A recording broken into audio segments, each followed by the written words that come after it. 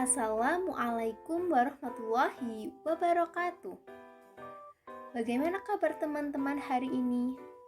Semoga sehat selalu ya dan dalam perlindungan Allah Subhanahu wa taala. Saya Aisyah Nurrohmah dari Prodi Pendidikan Bahasa Sastra Indonesia dan Daerah Offering B akan menjelaskan teori sastra bab 4 tentang ciri-ciri karya sastra yang baik. Ciri yang pertama, karya sastra yang baik bisa mengkristal. Apa sih yang dimaksud dengan mengkristal? Mengkristal adalah tidak termakan oleh waktu. Karya sastra dapat melampaui ruang dan waktu, sehingga tetap eksis meski karya tersebut sudah sangat kuno. Ciri ini menandakan adanya pengakuan dan penerimaan dari pembaca. Contohnya seperti karya sastra yang berjudul Serat Centini, Negara Kartagama, dan Arjuna Wiwaha. Selain itu, ada beberapa karya sastra puncak yang terkenal seperti Siti Nurbaya, karya Marah Rusli, Salah Asuhan, karya Abdul Muiz, dan Belenggu, karya Armin Pani.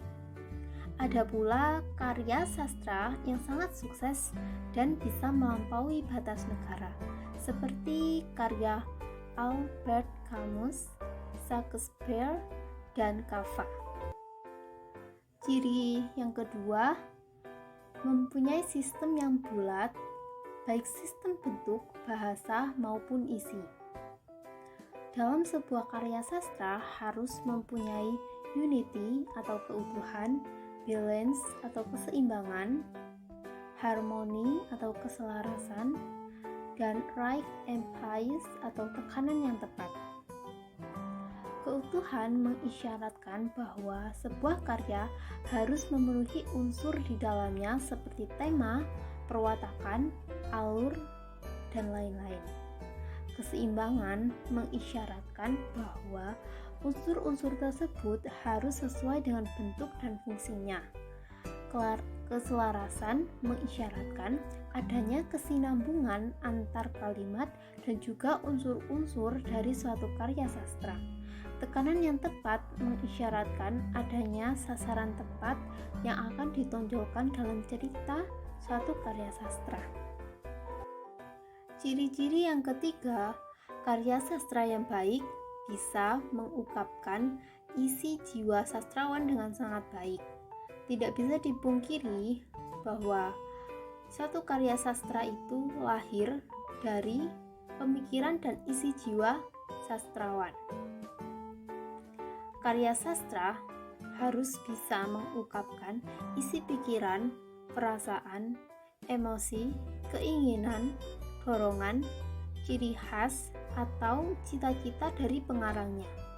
Dalam sebuah karya sastra, sastrawan bebas mengekspresikan apa yang dia rasakan, baik itu perasaan sedih, senang, gembira, takut, dan lain sebagainya.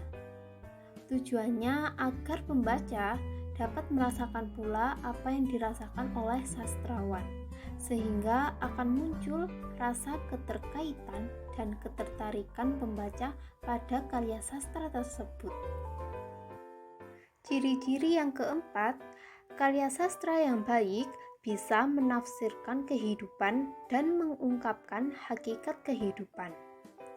Karya sastra yang baik dapat mengungkapkan suatu hal yang orang lain tidak bisa mengungkapkannya dan melihatnya. Mengungkapkan sesuatu yang tak dapat dimengerti secara langsung oleh orang pada umumnya. Sastrawan dapat membawa pembaca menembus ke dalam pemikiran masing-masing meskipun mereka memiliki pengabaran yang beraneka ragam. Ciri yang kelima, karya sastra yang baik tidak bersifat menggurui. Setiap karya sastra pasti memiliki ajaran moralnya tersendiri. Yang dimaksud tidak menggurui di sini adalah penafsirannya tidak langsung pada yang menyuruh pembaca untuk melakukan hal baik atau moral yang tertera dalam karya sastra tersebut. Namun, penyampaian moral itu dikemas dengan cara yang tersirat, yang membuat pembaca menjadi berpikir lalu tergerak untuk melakukan perbuatan baik yang diajarkan sastrawan dalam karya sastra tersebut. Ciri yang keenam, karya sastra yang baik tidak terikat oleh nilai-nilai dan fakta-fakta setempat, tetapi lebih bersifat universal. Karya sastra yang baik tidak bisa lepas dari pengambilan keadaan sekitar pengarang dan zamannya.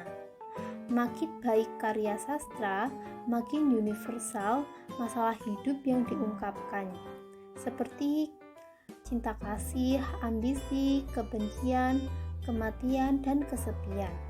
Sastrawan yang baik mempunyai daya serap yang baik, sehingga mereka dapat menciptakan jarak antara kehidupan nyata dan kehidupan dalam karya sastra.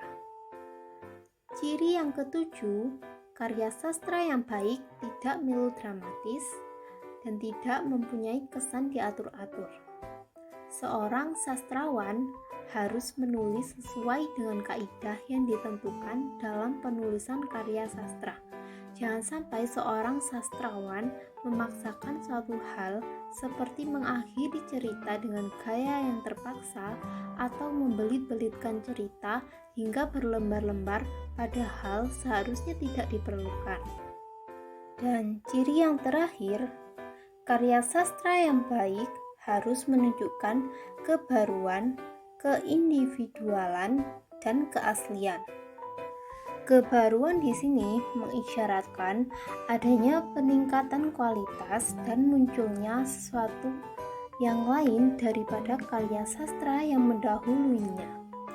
Keindividualan merujuk pada kekhasan bentuk dan isi karya sastra setiap sastrawan. Keaslian merujuk pada keaslian gagasan, keaslian bentuk, dan keaslian mengolah serta menyampaikan isi. Nah, itu tadi penjelasan mengenai ciri-ciri karya sastra yang baik. Saya ucapkan terima kasih yang sebesar-besarnya kepada teman-teman dan Bapak Wahyudi selaku dosen pengampu mata kuliah teori sastra. Tak lupa saya ucapkan mohon maaf yang sebesar-besarnya atas kesalahan baik dari segi pengucapan maupun pengetikan. Saya akhiri, wassalamualaikum warahmatullahi wabarakatuh.